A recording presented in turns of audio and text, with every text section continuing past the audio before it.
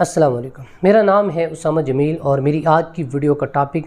حضرت سلیمان علیہ السلام اور ملکہ بلقیس کا واقعہ ہے جو بہت ہی انٹرسٹنگ ہے۔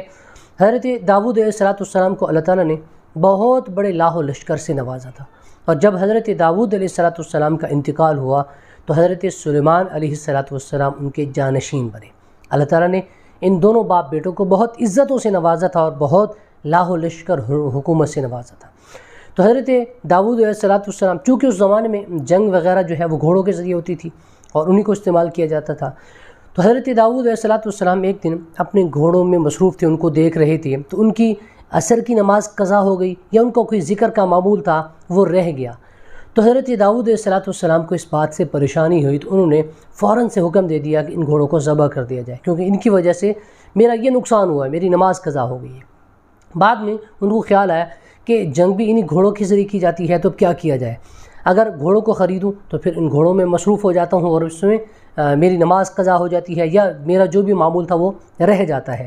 تو انہوں نے اللہ تعالیٰ سے دعا کی کہ یا اللہ مجھے ایسی سلطنت، مجھے ایسی حکومت نصیب فرما کہ جس میں میں ان اسباب کا محتاج نہ رہوں، اور مجھے ایسی حکومت دے کہ قیامت تک ایسی حکومت کسی کو نہ ملے۔ تو اللہ تعالیٰ نے حضرت سلیمان علیہ السلام کی دعا کو قبول فرمایا اور انہیں ایسی حکومت دی کہ سبھی چیزوں ان کے تابع بنا دیا، ہواؤں کو ان کے لیے مسخر کر دیا، وہ جہاں جانا چاہتے ہوا ان کو اڑا کے لے جاتی اور وہاں وہ پہنچ جاتی تھی، جنوں کو ان کے تابع کر دیا، اور جانوروں کی اور جو پرندوں کی اور ان چیزوں کی زبان، ان کی بولی حضرت سلیمان علیہ السلام کو سکھا دی۔ وہ چیونٹی تک کی بات کو سن لیتے تھے کہ یہ آپس میں کیا بات کر رہی ہیں، کیا کہہ رہی ہیں۔ تو ایک دفعہ یہ ہوا کہ حضرت سلیمان علیہ السلام جو کہ ان کی حکومت سب چیزوں پر تھی، تو وہ ایک دن اپنی مجلس میں بیٹھے تھے اور حاضری لے رہے تھے، تو انہوں نے کہا کہ مجھے کیا ہے کہ مجھے ہدہد نظر نہیں آ رہا، یا وہ غائب ہے، یہاں موجود ہی نہیں ہے۔ اس سے ایک بات پتہ چلتی ہے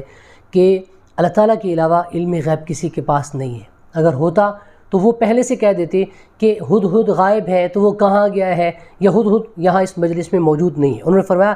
کہ مجھے کیا ہے، میں ہدہد کو نہیں دیکھ رہا، یا وہ غائب تو نہیں ہے، موجود ہی نہیں ہے یہاں پہ۔ اس کے بعد فرمایا کہ اگر وہ غائب ہے، موجود نہیں ہے، اور وہ بغیر اجازت کے گیا ہے، تو جب وہ واپس آئے گا تو میں اس کو بڑا سخت عذاب دوں گا، یا میں اس کو ذبح کر دوں گا، یا یہ ہے کہ وہ آ کر کے کوئی معقول عذر پیش کرے کہ میں اس وجہ سے غائب تھا۔ کچھ دیر بعد ہدہد آ گیا اور اس نے آ کر کہا کہ اے اللہ کے نبی، میں آپ کے پاس ایک خبر لایا ہوں ایک ایسی عورت کی جس کا بہت بڑا تخت ہے، جو بہت بڑی ملکہ ہے، بہت بڑی ریاست ہے، ان پر ایک حکومت ہے، اور اس حکومت کی جو لیڈر ہے وہ ایک عورت ہے، اور وہ سارے کے سارے اس ملکہ سمیت سورج کی عبادت کر رہے ہیں، سورج کو سجدہ کر رہے ہیں۔ انہوں نے اس کے تخت کا ذکر کیا ہدہد نے، اور چونکہ اس زمانے میں بڑے تخت سے اندازہ ہوتا تھا کہ کتنا بڑا بادشاہ یا کتنی بڑی سلطنت ہے، اور ہدہد نے کہا کہ اللہ تعالیٰ نے آپ کے لیے ساری چیزوں کو مسخر کیا ہے، اور ہوائیں آپ کے تابع ہیں، جنات آپ کے تابع ہیں، تو ایسا کیسے ہو سکتا ہے کہ اتنی بڑی ریاست اور آپ کو اس کا علم نہ ہو؟ تو میں تو اس کے معلومات لینے گیا تھا، مجھے پتہ چلا تھا، تو میں نے کہا اس کی معلومات لے کے آتا ہوں کہ واقعی ایسا ہے۔ تو حضرت سلیمان علیہ السلام نے ایک خط لکھا اور اس ہدہد کو دیا۔ اصل میں وہ یہ جاننا چاہتے تھے کہ ہدہد کہیں کوئی معقول عذر کے بغیر ایسے عذر تو نہیں پیش کر رہا اپنی جان بچانے کے لیے۔ تو انہوں نے کہا اس کو خط دیتا ہوں، اس کو کیا پتہ اس میں کیا لکھا ہے۔ حضرت سلیمان علیہ السلام نے خط لکھ کر کے ہدہد کو دیا کہ جاؤ یہ اس ملکہ کو جا کر کے دے دو۔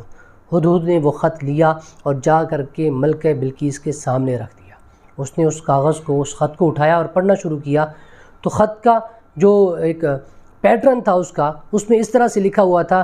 انہ من سلیمان وانہ بسم اللہ الرحمن الرحیم، کہ یہ سلیمان کی طرف سے ہے اور میں شروع کرتا ہوں اللہ تعالیٰ کے نام سے جو بڑا مہربان، رحم کرنے والا اور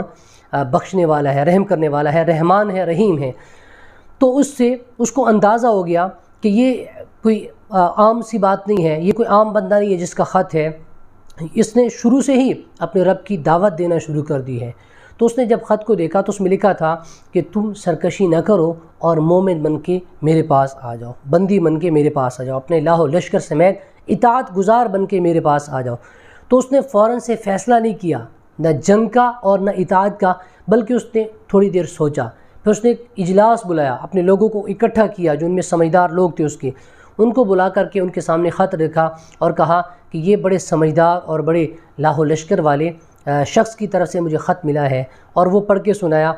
تو جو لشکر کے لوگ تھے اس کے، انہوں نے کہا کہ ہمارے پاس بہت طاقت ہے، ہم نے بہت سی جنگیں لڑی ہیں، ایک اور جنگ سے ہم جنگ لڑیں گے، ہم ہار ماننے والے نہیں ہیں۔ تو چونکہ وہ بہت زیادہ سمجھدار عورت تھی اور اس کو خط کے انداز سے پتہ چل گیا تھا کہ یہ کوئی عام بندہ نہیں ہے لکھنے والا، یہ کوئی خاص بندہ ہے، اور اس نے خط جو ہے وہ ایویں نہیں لکھ دیا۔ تو اس نے ایسا کیا، اس نے کہا میں اس بندے کو آزماتی ہوں کہ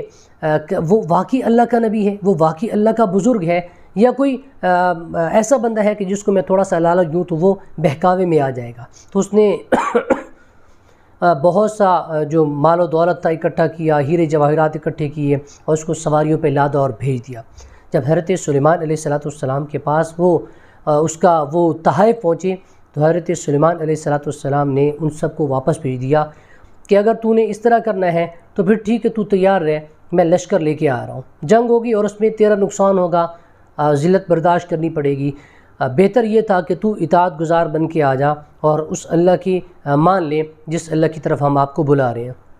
جب وہ لشکر، جب وہ قافلے، جب وہ تحائف واپس پہنچے ملکہ کے پاس تو اس کو سمجھ لگ گئی کہ یہ واقعی اللہ کا نبی، واقعی اللہ کا برگزیدہ بندہ ہے جس نے اتنے بڑے تحائف واپس کر دیے۔ تو اس نے فیصلہ کیا کہ وہ حضرت سلیمان علیہ السلام کے پاس جائے گی۔ یہ اس عورت کی عقل مندی تھی۔ ویسے تو حدیث میں آتا ہے کہ عورت جو ہے وہ ناقص ہے عقل کے اعتبار سے، سمجھ کے اعتبار سے، لیکن بہت سی ایسے عورتیں گزری ہیں، بہت سی ایسی عورتیں ہیں کہ جن کو اللہ تعالیٰ نے عقل سمجھ سے بہت زیادہ نوازا تھا۔ ان میں سے ایک یہ ملکہ بلقیس، ملکہ سبا تھی۔ تو اس نے جب فیصلہ کیا جانے کا حضرت سلیمان علیہ السلام کے پاس، تو حضرت سلیمان علیہ السلام نے کہا کہ اس کو معجزات دکھانے چاہیے تاکہ اس کا اعتقاد، اس کا یقین پکا ہو جائے۔ تو چونکہ حدود نے بتایا تھا کہ اس کو بہت بڑا تخت ہے، تو حضرت سلیمان علیہ السلام نے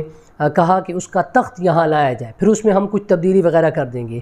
تو ان میں ایک جن تھا عفریت، اس نے کہا کہ میں آپ کی اس مجلس کے برخاست ہونے سے پہلے اس کو لا سکتا ہوں، یعنی اس کے آنے میں تو بہت وقت لگنا ہے، بہت سے مہینے لگ جائیں گے، لیکن میں یہ کر سکتا ہوں کہ آپ کی اس مجلس ختم ہونے سے پہلے میں لا سکتا ہوں۔ تو حضرت سلیمان علیہ السلام نے فرمایا نہیں، کوئی اس سے پہلے لا سکتا ہے۔ تو ان کی اس مجلس میں ایک بندہ تھا، ایک انسان تھا، جن نہیں تھا، جو اللہ تعالیٰ کا برگزیدہ تھا۔ اس نے کرامت دکھائی، اس نے کہا کہ میں اس کو آپ کی پلک جھپکنے سے پہلے لا سکتا ہوں، اور اس نے فوراً سے پیش کر دیا۔ حضرت سلیمان علیہ السلام نے فوراً سے حکم دیا کہ اس میں کچھ تبدیلی وغیرہ کر دو تاکہ بالکل ایسا نہ لگے جیسا کہ اس کا تخت تھا۔ تو اس میں تبدیلی کر دی گئی، ہیرے جواہرات اس میں تبدیل کر دیے گئے۔ پھر جب ملکہ بلقیس پہنچی اور آ کر کے جب وہ تخت کے پاس آئی تو حضرت سلیمان علیہ السلام نے کہا کیا یہ تیرا تخت تو نہیں ہے؟ کیا یہ اسی طرح کا تو نہیں ہے؟ تو اس نے کہا یہ بالکل اسی طرح کا لگ رہا ہے۔ وہ بڑی حیران ہو گئی اور اس پہ تھوڑا سا دبدبہ آ گیا کہ یہ سیم ٹو سیم، اس میں تھوڑی بہت تبدیلی ہے، باقی یہ سارا تخت اسی طرح ہے۔ تو اس کے دل میں حضرت سلیمان علیہ السلام کی عزت بیٹھ گئی کہ یہ واقعی بہت بڑا اللہ کا ولی ہے، بزرگ ہے، برگزیدہ ہے، اللہ کا نبی ہے، اور ایسی ہی بات ہے، میں نے اچھا کیا، میں نے اچھا فیصلہ کیا کہ میں اس کے پاس آ گئی ہوں۔ اس کے بعد حضرت سلیمان علیہ السلام نے ایک نہر بنانے کا حکم دیا تھا، جس پہ ایک شیشے کا ایک پل سا بنا ہوا تھا، جس سے دیکھ کر نہیں لگتا تھا کہ ہاں شیشہ رکھا ہوا ہے۔ حضرت سلیمان علیہ السلام نے وہاں سے ان کو گزارنا چاہا، ملکہ بلقیس کو، تو اس نے یہ جو اپنے پائنچے تھے ان کو اوپر کر دیا کہ پانی سے گزرنا ہے سامنے، تو ایسا نہ ہو کہ یہ میرے کپڑے گیلے ہو جائیں۔ جب وہ چلی اوپر تو اس کو پتہ چلا کہ تو اوپر شیشہ لگا ہوا ہے، تو اس کے دل میں حضرت سلیمان علیہ السلام کی عزت، ان کی